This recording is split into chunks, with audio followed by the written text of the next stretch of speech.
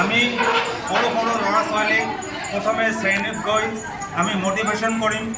মটিভেশ্যনৰ কাৰণে এটা পিকচাৰ ইফালে তৈয়াৰ কৰা আছে। এইটো এটা মানে বডি বিল্ডাৰৰ এটা পিকচাৰ, ল'ৰা ছোৱালী খুব আকৰ্ষিত হয়। আৰু ইয়াৰ মাজতে আমি নাক 1, তাৰপিছত হাত 2, তাৰপিছত পেণ্টৰ নম্বৰ 3 নম্বৰ পেণ্ট, তাৰপিছত 4 নম্বৰ জোতা, আৰু জোতাৰ ভিতৰত 5টা আঙুলি আছে। এনেকৈ এইটো পাছ লৈ শিকালোঁ। শিকাৰ পিছত আমি কাৰ্যপত্ৰ আছে। কাৰ্যপত্ৰৰ প্ৰথম শ্ৰেণীৰ যিটো কাৰ্যপত্ৰ, এই কাৰ্যপত্ৰৰ 14 নম্বৰ সপ্তাহৰ 5 দিনৰ এক্টিভিটি এটা, যে কোনো সংখ্যাৰ আগত কি আছে, পিছৰ সংখ্যা, আগৰ সংখ্যা, এইটো বুজাবলৈ আমি এটা আকৰ্ষণীয় টিএলএম তৈয়াৰ কৰিছোঁ। এইখিনিৰে যদি ল'ৰা ছোৱালীক কোৱা হয় যে 1ৰ পিছত কি আছে, এনেকৈ ওলাই দিলোঁ। 1ৰ পিছত 2 আছে। এতিয়া 1ৰ আগত কি আছে এইটো পিছত কম। এতিয়া চাই লওক তোমালোকে 2ৰ পিছত কি আছে। 2ৰ পিছত 3 আছে। 2ৰ পিছত 3, আৰু 2ৰ আগত কি হয়, 2ৰ আগত আছে 1। ঠিক তেনেকৈ 5ৰ পিছত কি, 5ৰ পিছত আছে 4ৰ পিছত আছে 5, আৰু 4ৰ আগত কি আছে, 4ৰ আগত আছে 3। এনেকৈ আমি এই ল'ৰা ছোৱালীখিনিক সৰু এটা টিএলএমেৰে আমি আগৰ সংখ্যা আৰু পিছৰ সংখ্যাৰ এটা সম্যক ধাৰণা দিব পাৰোঁ। এইখিনিয়ে। ধন্যবাদ ছাৰ। এই টিএলএমখন আমি স্বৰবৰ্ণ আৰু স্বৰবৰ্ণৰ চিন লগতে ইয়াৰ ব্যৱহাৰ সম্পৰ্কে শিকাবৰ কাৰণে ছাত্ৰ ছাত্ৰীৰ ওচৰত ব্যৱহাৰ কৰিব পাৰিম। যেনেকৈ ইয়াত স্বৰবৰ্ণকেইটা আমাৰ আছে। যেনে প্ৰথম আখৰ অত কোনো স্বৰ চিহ্ন নাই। তাৰপিছত ক, যদি এই স্বৰ চিহ্ন নাই যিহেতু ক থাকিব। তাৰপিছতে আ স্বৰ চিহ্ন হৈছে আপোনাৰ আকাৰ, এইটো হ'ব আকাৰ এনেকুৱা।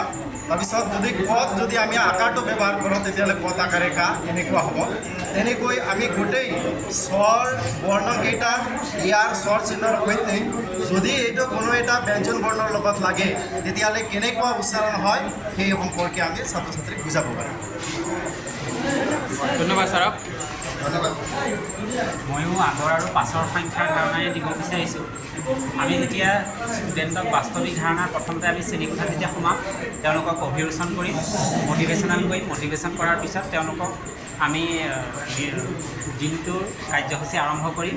আৰু আমি যেতিয়া ক্লাছত সোমাম তেতিয়া আমি তেওঁলোকক 2জন বা 3জনক আনি ল'ম। অনাৰ পিছত আমি প্ৰথমতে ক'ম যে তুমি প্ৰথমতে থিয় হোৱাচোন, তাৰপিছত এজনক দিম, আৰু এজন পিছত, মানে টোটেল 3জনক আমি থিয় হ'বলৈ দিম।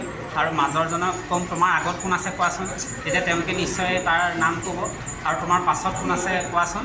তেতিয়া বাস্তৱ অভিজ্ঞতাৰ পৰা যেতিয়া তেওঁলোকে আগত আৰু পাছত যেতিয়া ধাৰণাটো আহিব, তেতিয়া আমি লাহেকৈ টিএলএমৰ সহায়ত শিকাবলৈ তেওঁলোকক চেষ্টা কৰিম। মই এখন টিএলএম প্ৰস্তুত কৰি আনিছোঁ তোমালোকৰ কাৰণে।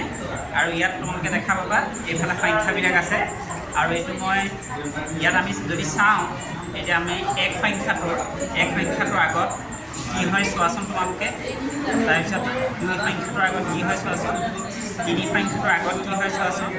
4 সংখ্যাটোৰ আগত কি হয় তোমালোকে চোৱাচোন। আৰু 5 সংখ্যাটোৰ আগত তোমালোকে কি হয় চোৱাচোন। ঠিক একেদৰে 6টোত, 7টোত, 8টোত আৰু 9টোত, বা ইয়াৰ পিছত 10টোত। এই গতে আমি আগৰ সংখ্যাৰ ধাৰণা দিম। আকৌ যেতিয়া এইখিনি আমি জপাই দিম, তেতিয়া আকৌ আগৰ অৱস্থালৈ ঘূৰি আহিব। এতিয়া আমি পিছৰ সংখ্যাৰ ধাৰণা দিবলৈ ঠিক একেদৰে আকৌ ব্যৱহাৰ কৰিম। 1ৰ পাছৰ সংখ্যাটো চোৱাচোন। তাৰপিছত 2 পাছৰ সংখ্যাটো চোৱাচোন। 3 পাছৰ সংখ্যাটো, ঠিক একেদৰে 4 পাছৰ সংখ্যাটো, 5ৰ পাছৰ সংখ্যাটো, 6 পাছৰ সংখ্যাটো, 7ৰ পাছৰ সংখ্যাটো,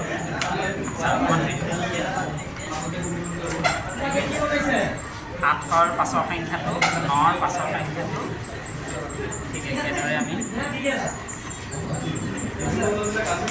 10ৰ পাছৰ সংখ্যাটো। এইদৰে আমি